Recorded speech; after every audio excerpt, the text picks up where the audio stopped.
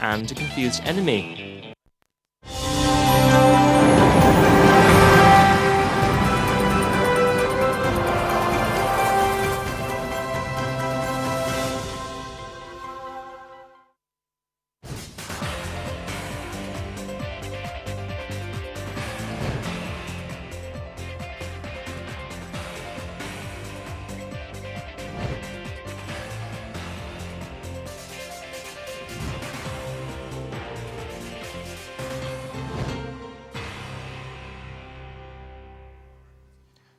Assalamu alaikum. You're watching Views and News, and I'm Faisal Rehman live from our Islamabad studios. Today, we'll be talking about this very interesting story, and that is about the case of the Indian occupied Kashmir. Now, Pakistan is going to take that case to the International Court of Justice, ICJ. What sort of grounds have we prepared? What exactly will be the value of the UN resolution on this? What sort of an effect it is going to have on the current unilateral decision taken by the Indians? What about the abrogation of Article 370? What about snatching the special status of the Kashmiris out there? So there are multiple angles, multiple dimensions, and especially you can't rule out the human right violation out there, and especially the kind of military attitude or the atrocities committed by the Indian forces. That is unbelievable. The level of torture is something which we can't even explain in our programs. Now, since this is the primary topic in our program, there is a lot of hue and cry, a lot of voices, a lot of sane voices, I swear, are coming from the Indian side. You talk about the opposition or you talk about the neutral journalists out there. People are not allowed to report and write or even talk about what is going on in the Indian occupied Kashmir. Curfew has been imposed, number of people being killed, that's in dozens, injuring, God knows what's the number for that. The aggressive use of the pellet guns on the faces, blinding the youth, is something which is going to be another phenomena which the world is going to know about.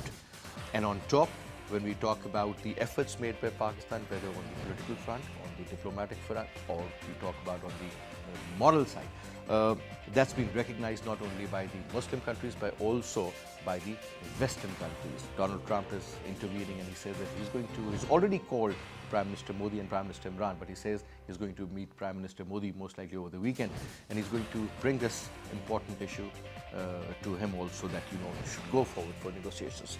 The foreign minister today spoke to the counterparts in Norway, in Denmark also, and got the support. Canadians recently, there was a very interesting story in which they have refused the former or the ex-Indian generals the visa because of this violation and all. So people are at least getting to know, and countries are getting to realize what exactly is the situation in Kashmir, which we call the nuclear flashpoint. Now, let me introduce you to our panelists, and we'll show you something interesting, and after that we'll start our debate. We have with us in our studio on my right as Air Vice Marshal retired Ikramullah Bhatti Saab, needs no introduction, is a senior defense analyst. Sir, thank you very much. We have with us Mohammad Khalid Khattak Saab, he's a former ambassador. Sir, thank you very much. And we have with us Imran Jan Saab, he's a senior journalist and a columnist. Thank you very much, Imran Saab. And we'll also be talking to Ahmed Bilal Sufi Saab. He's an international law expert and a former federal minister also. But before we start our conversation and start our debate, let's hear what Siddharth Deb had to say. For India, in the sense that parliamentary democracy is really a sham. That is what Modi and the BJP are revealing again and again and again. That just by fiat they can sort of decide on something, on the fate of a large group of people. Now, of course, which groups of people is really important, and it's not accidental. It is the fact that, the target is really Kashmiris and Kashmiri Muslims in particular. This is basically Modi's way of distracting from the large-scale problems that continue to that continue to plague India under his rule, which includes the economic, that economically India is doing badly, environmentally it's a disaster. That was Siddharth Deb, a journalist, a writer, a political commentator, and this is what he had to say. Now, AVM Saab, before we talk about the actual story that is about the ICJ, but One quick comment. Now, since the Indians are sitting in the lap of the Americans, and what we have realized that currently India seems to be the blue-eyed boy of the Americans. But after listening to what Donald Trump had to say, the kind of words he chose or the expression he had and the kind of body language which we witnessed, it seemed very obvious that this man means business, and he says that he's going to talk to Narendra Modi. So when you talk about a unilateral decision of the Indian government, or even if they claim that it's a bilateral issue, though we say it is an international issue, still they have not consulted us, neither the Kashmiris, the third major important, rather the first important party, let's put it this way. Do you think their resolve or their particular position at the moment, internationally and domestically, is going to get challenged once this issue is going to be discussed by the US President and the Indian Prime Minister? Earlier, their version is that Donald Trump has never said a word, though he very categorically mentioned in his statement while talking to Prime Minister Imran Khan that he had a discussion and Modi really wants me to intervene. Sir, let's start off from there. Well, it appears that the Indians did not do their homework fully, and while ever since these two articles were introduced in their constitution, there was opposition to them, and over the years it continued to gain ground. And when BJP came into power 5 years ago, they had this as part of their manifesto, that they would change the status of Kashmir. And in the first term, Prime Minister Modi probably did not feel strong enough to live up to the commitment that he had made to his vote bank. Maybe he had grounds at that time, sir. Yes. During his previous government, he must have, because they eventually ended up forming the government with PDP in Kashmir, if you remember. True. Having about 8 major ministries out there. So, this time around, he continued to maintain the same narrative, the same commitment, the same manifesto, and we saw that he came with an overwhelming majority. This not only emboldened him further, but now he thought that it is time to fulfill the commitment that he has made, and now at least domestically, the ground is just right and favorable for him. But probably he did not anticipate the kind of reaction from Pakistan, the kind of response that the Kashmiris would receive from across the world. And that is where I think they did not do their homework fully. And now we find that even the Americans are finding it difficult to continue to support the Indians in the manner that the Indians were expecting. And the Chinese have come out very openly. The Russians are not as warm on this subject to the Indians as the Indians would have hoped. And likewise, there is now increasing support for the Kashmiri cause all over the world. And Pakistan, I think, is now is on exactly the right track, where they want to utilize this situation, utilize this opportunity, and continue to focus on the plight of the Kashmiris, and of course take it to every capital that matters in the world, talk to all the policy and decision makers, talk to parliamentarians, talk to intelligentsia, talk to think tanks, talk to especially mobilize the Kashmiri diaspora. So I think now it is picking up momentum, and it has already done. I mean that feel, that philosophy, and that push, that seems to be there. And as you just showed that clip, and we find that there are now sane voices becoming louder and louder, even from within India. And no matter how much the current pressure on media is in India, but sir, having said that, there are still sane voices at you. Sir, if you allow me, sir, moving on to you. Diplomatic front really matters. You talk about any international issue, sir, without any proper formal diplomatic support. I mean, you just cannot win. Over here, we have witnessed that whenever we used to talk about Kashmir issue in particular, so I'm talking about, let's say, 6, 7 years ago, or even recently, let's put it like 4 to 5 years, that we used to hear that now Kashmir issue has been, on the front burner, because earlier during that time it wasn't even discussed, wasn't even shared in the United Nations. So there seemed to be a push from whichever corner, whichever side. But now it seems that the diplomatic front seems to be pretty aggressive. I think they should have been doing this much earlier. The approach seems to be still reactive, sir, not proactive. Well, I'll be very frank about it, and let me right at the outset apologize to those who may not find my views very agreeable. Go ahead, sir. Please share your opinion. India has taken a strategic move. It's not tactical. And it requires a strategic response. The issue is of human rights, fine, but it has short and long-term political, economic, and strategic dimensions as well, such as Ladakh being separated from the rest of Jammu and Kashmir. Now, there are two unions. Yes. So India is handling Pakistan separately and China at some stage separately. And Tibet also. Correct. So, in this kind of a situation, it's very good, and our diplomatic moves have been very successful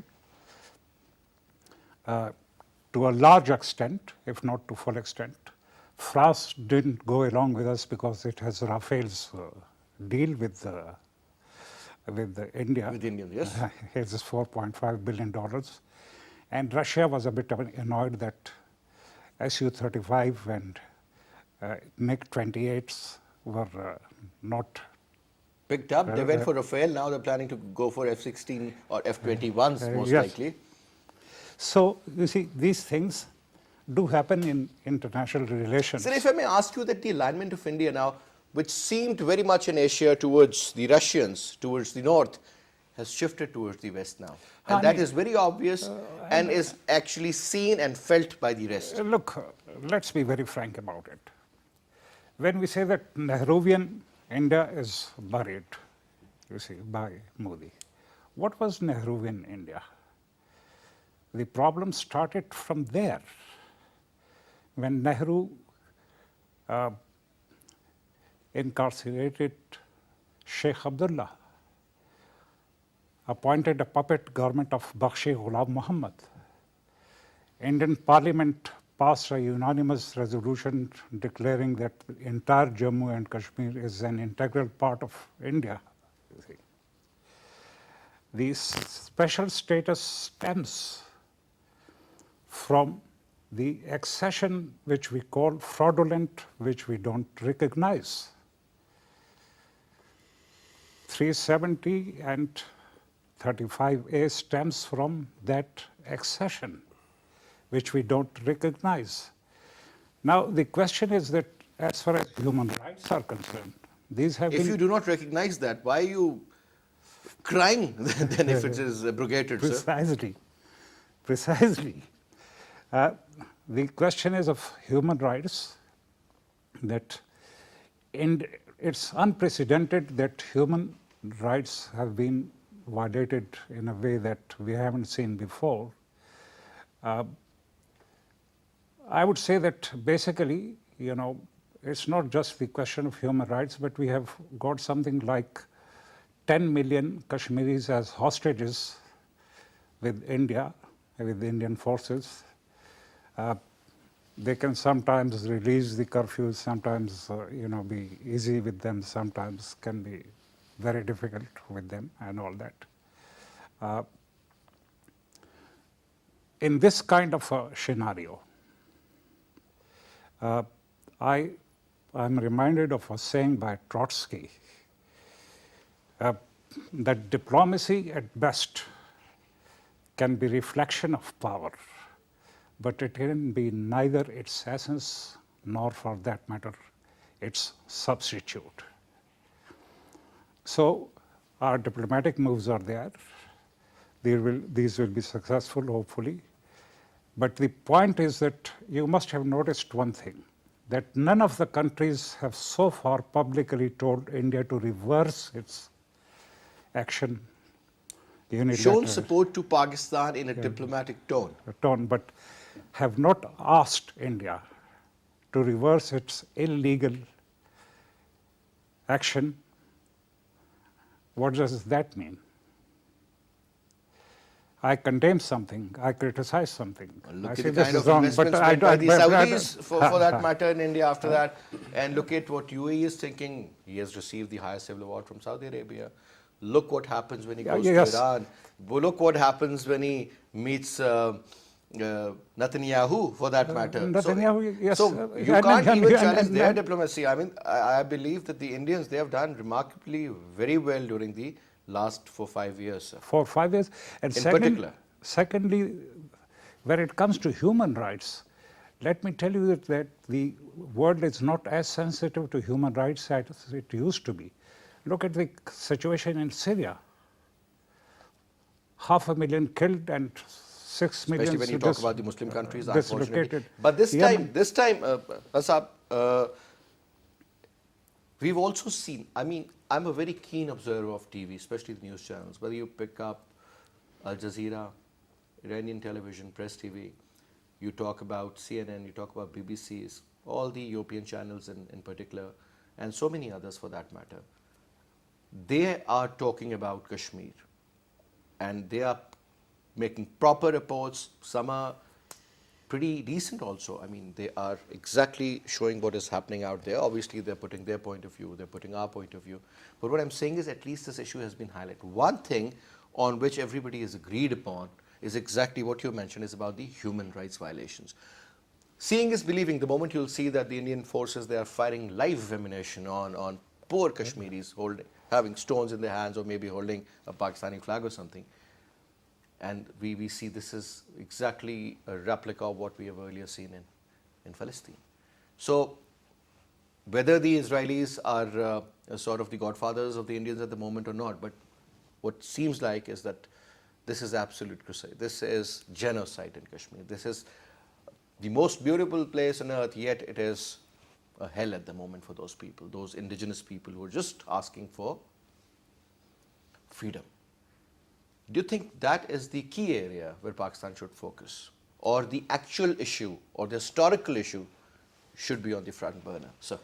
So when I first read about the report that basically was talking about how Pakistan is making a case to go to the International Court of Justice, my first reaction was the world doesn't pay attention to human rights violations. We saw the murder of Jamal Khashoggi. We saw what happened, it's still happening in Yemen, what has been happening in Palestine, what has been happening in Syria and lots of other places.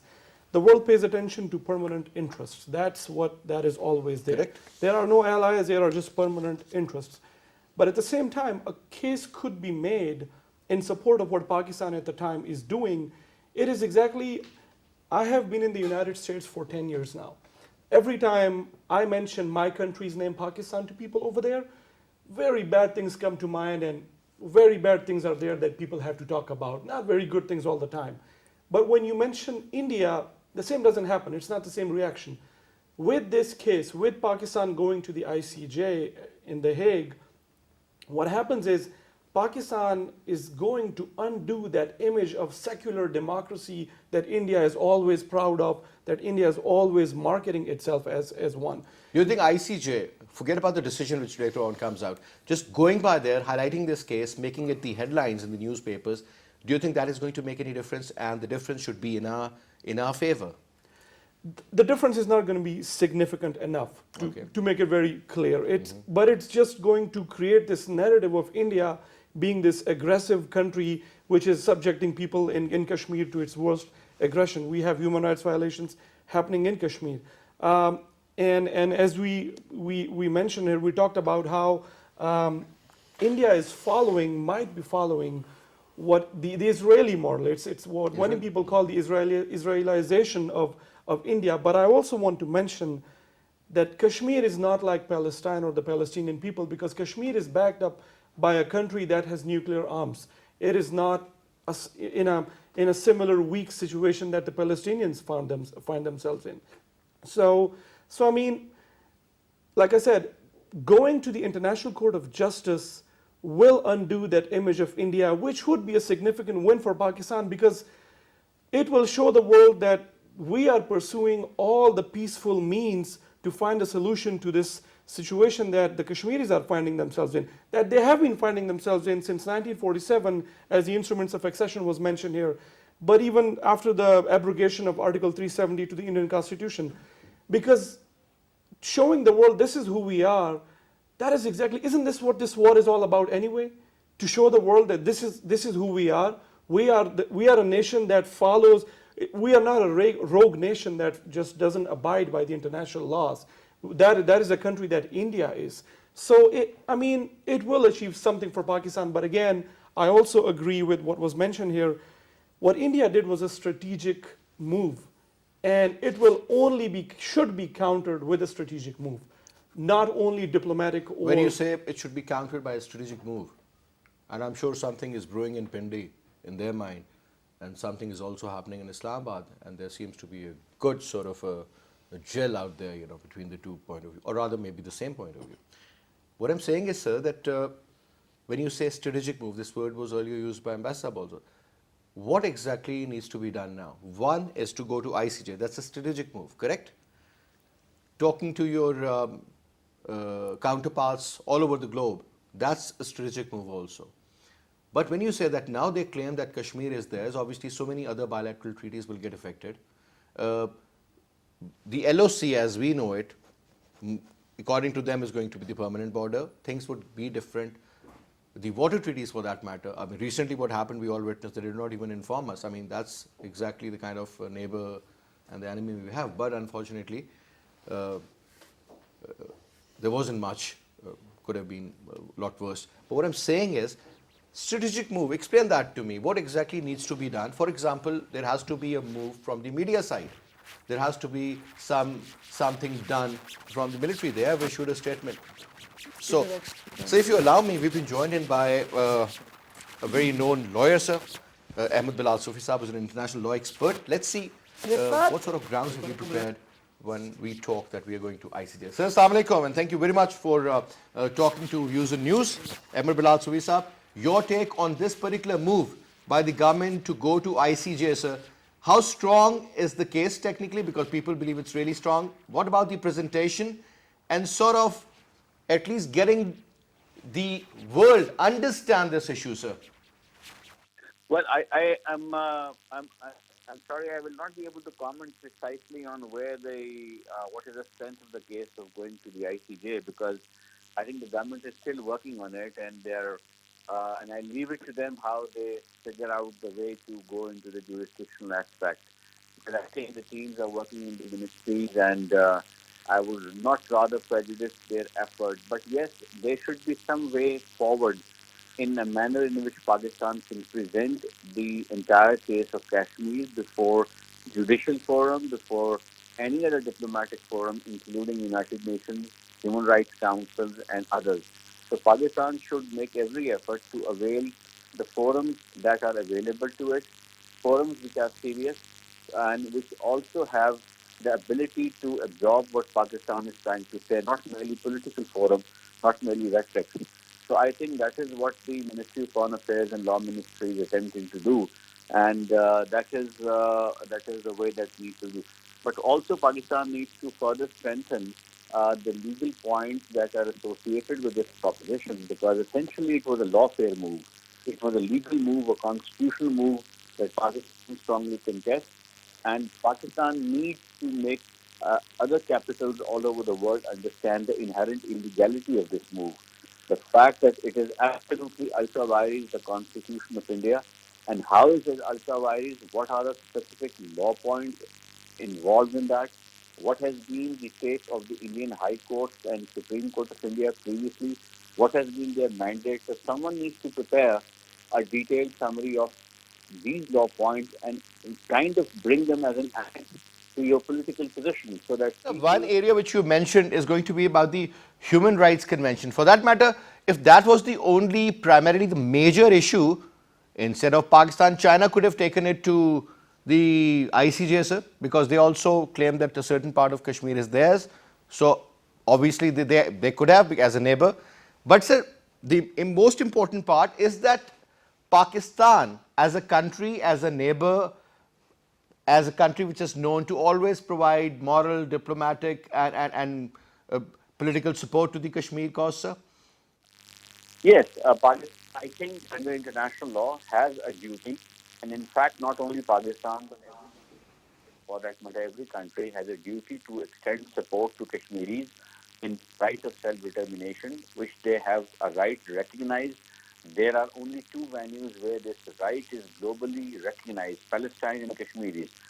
All other people who try and exercise this right are viewed mostly as insurgencies and secessionist movements. But in case of Kashmir and Palestine, there is global consensus for the last 70 years that respect of these two spots, right of self-determination is available to the people there.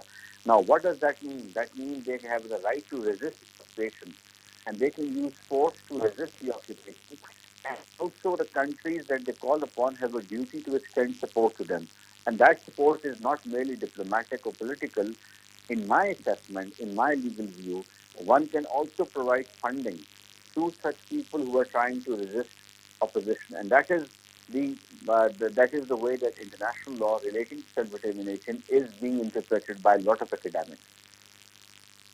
So when we talk about the rebels or in Syria, I remember when the Western world started supporting them, those rebels eventually turned out to be a part of IS or ISIS or Daesh maybe.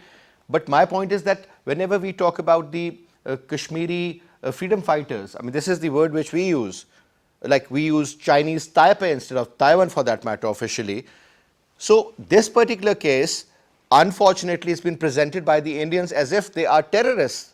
This is the general perception all over the world, sir. Forget what we think. We need to understand that at least the rest of the world should once look at the Kashmir cause through the prism of Pakistan. But unfortunately, that hasn't been happening. Is there any probability, sir? Yes, we can reverse the perceptions, but I think we should take the bit of a blame for that. But this perception change started with Mumbai trial. When Mumbai incidents happened, Indian government used it to argue to international community that they are non-state actors who are interventionists. They are non-state actors who are unlawfully coming from Pakistan, and this is not a movement of self-determination. In fact, they are terrorists, and they were able to kind of successfully develop this image, because of which the self-determination movement kind of lost its shine as well. So in my view, when Mumbai trial started in Pakistan, and I have been saying this over and over again, that Pakistan should have explained to the international community on the good faith efforts it was trying to put behind the Mumbai trial to bring non-state actors to justice, and how lack of Indian cooperation was affecting that. So people, and once you are able to clear that perception, you are also saying that self-determination and freedom fighters are running the show all by themselves. They have the capacity, they have the spirit, they have the courage, that they don't need someone else's help. They can keep this flame alive all by themselves, and that is what Burhan Wani incidents and others begin to show. So I think Pakistan needs to improve this perception that this is an indigenous struggle. It is a struggle which is embedded in UN documents. It is a struggle which is embedded in Srinagar, in Delhi, in the hearts and minds of every Kashmiris and Kashmiri diaspora abroad. You would see that because of this Article 370 development, Kashmiri diaspora all over the world is on fire. They're extremely uneasy. They're extremely angry, because they think that their legitimate rights that they have been working for the last 70 years has completely been devastated overnight.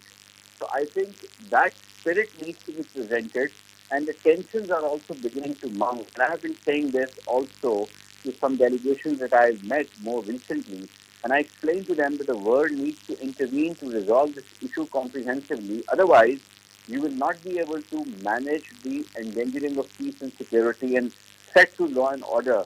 And the example would be that Indian diaspora and Kashmiri diaspora and Pakistani diaspora, could they confront each other in Europe, they could confront each other in America, wherever they are, because Kashmir is very there. You have a cricket match for one day, and that creates a tension in Washington, evenings between Pakistanis and Indians, in Europe, in Brussels, and this is Kashmir. Kashmir overnight has been overrun by the Indian state unlawfully. So the tensions will continue. So therefore, I have been suggesting this to the foreign delegations. They need to take this very, very seriously. It is not something that is going to die out. It is not something that people of Pakistan will take And Kashmiris, moreover, will not take it lying low, and they are going to continuously raise this issue, and that could threaten not only peace and public order in those countries, but also in this region, because Muslims, angry Muslims in India, are also, they are not because of lynching, they already are, generating a lot of anger because of that. So you could actually have call for jihad and call for result. So you could have a situation or a theater which international peace and security is endangered, and that is my reason to argue why UN or any other forum to step in to resolve this issue comprehensively in accordance with the aspirations of people of Kashmir. All right, thank you very much, Surisab, for your very, very important input. Now, a couple of other important areas. We've been talking about the human rights, we've been talking about the Kashmir dispute historically. Now, sir, a diplomatic front, aggression, if you may like it that way.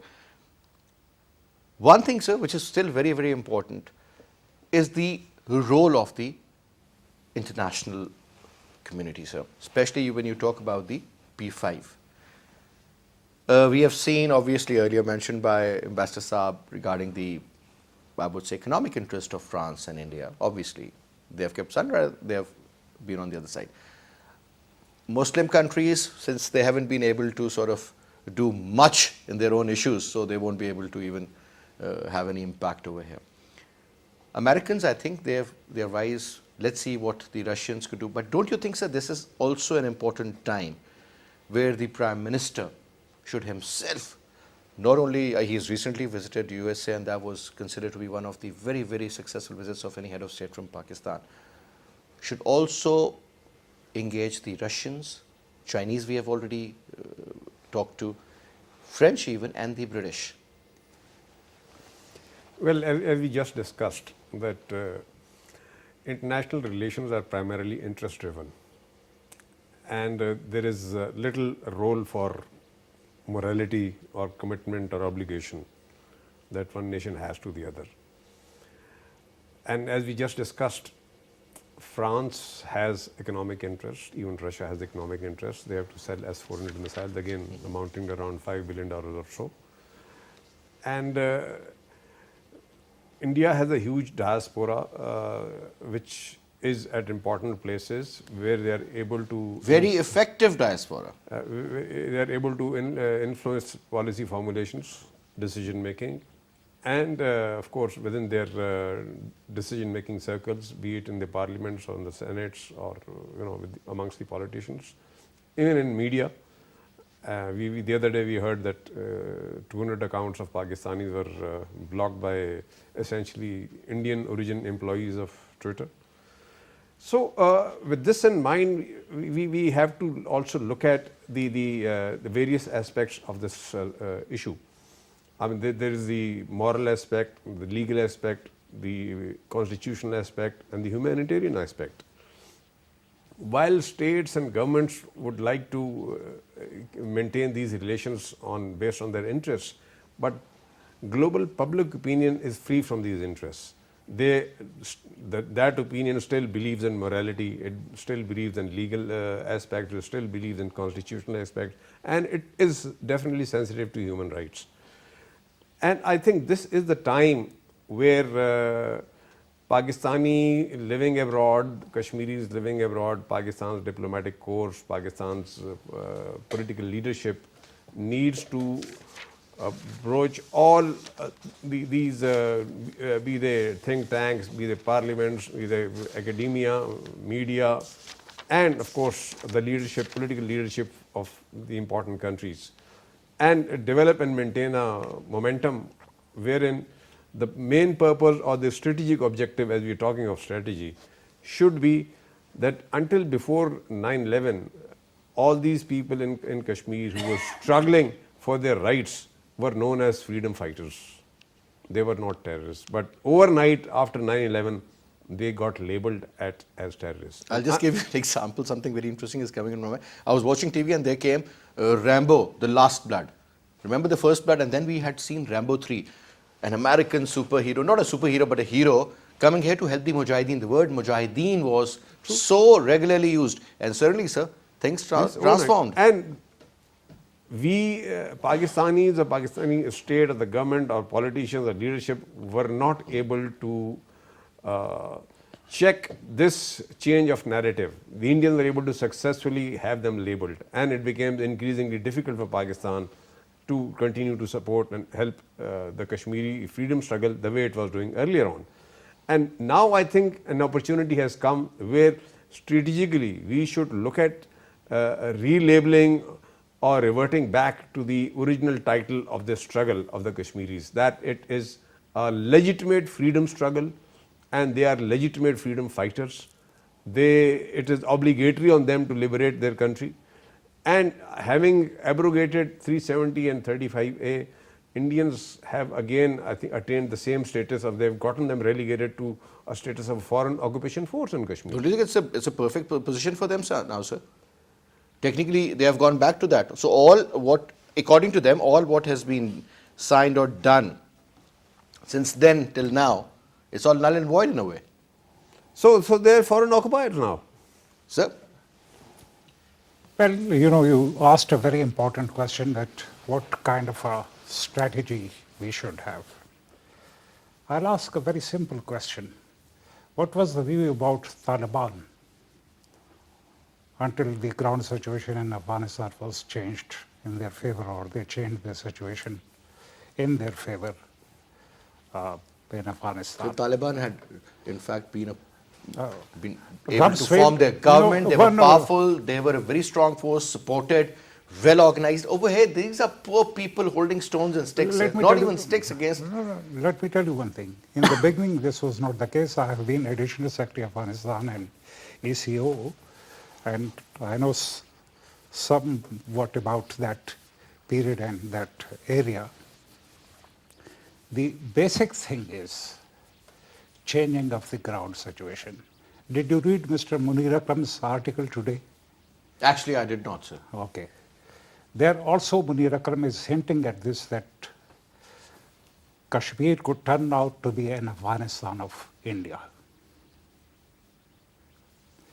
Let me tell you one thing. I have served in India during the nuclear tests, Late during the 90s? cricket diplomacy, Lahore resolution, and this so-called soft image of Nehru being sort of, taken over by BJP, Vajpayee trying to be a Nehru of the BJP, etc., etc. Sir, may I ask you a question, sir? Was it taken over by the BJP or people let it happen to themselves? Because a lot of people, pretty decent, educated, they say that I think Narendra Modi is the best thing ever happened to India.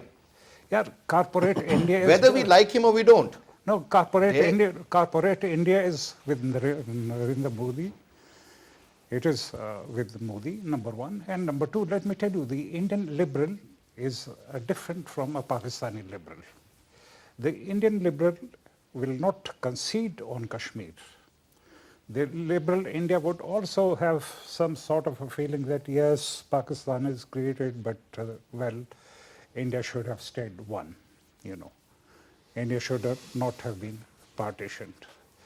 The liberal India would criticize, Modi for, violating human rights in Kashmir, etc., etc.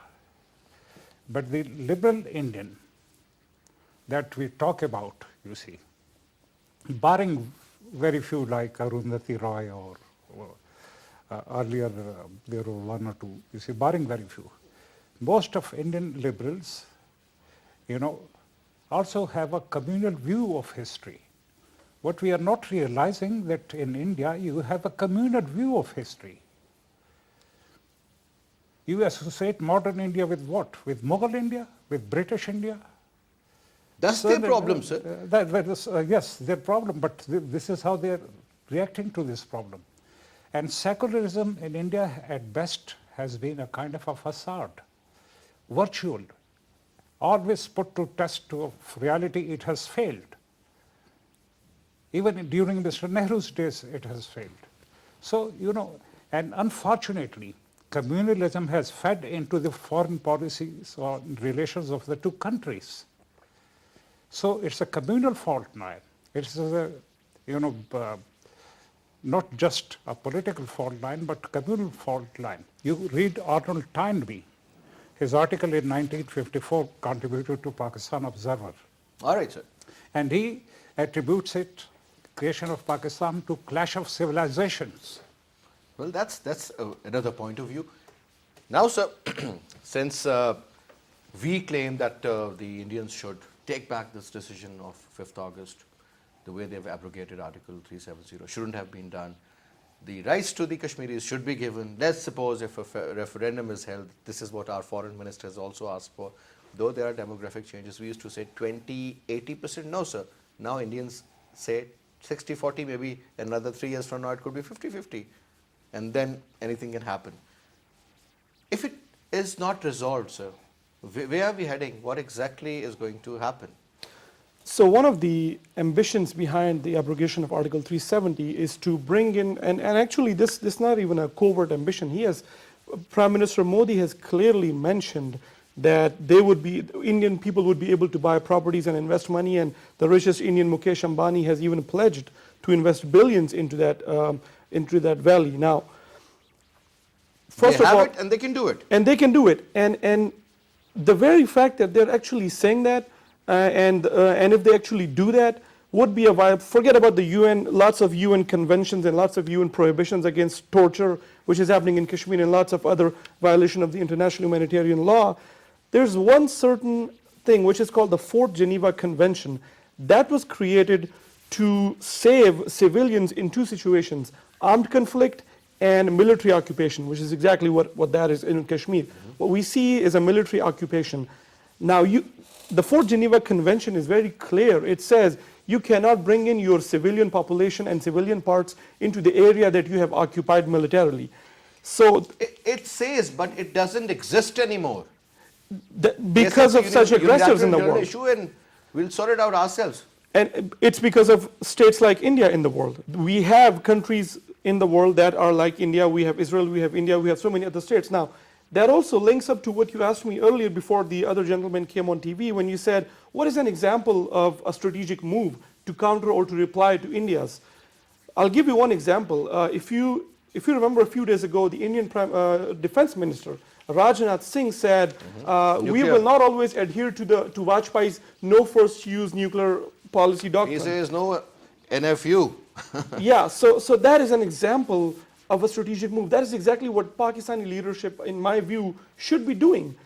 If we remember what happened in Pulwama, in the aftermath of Pulwama, not a single country in the world was telling to stop, de-escalate and stop going to war and all that, until Pakistan shot down the Inder aircraft and when Abhinandan Vartaman was caught. That is when every country, including China, came in and said, you know what, de-escalate, stop going to war, don't do all that. So Pakistan needs to do exactly that again. When you scare the world, when you scare the Indians, strong nations will come in and intervene. Otherwise, forget it. It's not going to happen. These diplomatic moves are good. It's okay if they're happening. It will build some pressure. So you're saying let it boil a little more, and then when the time comes.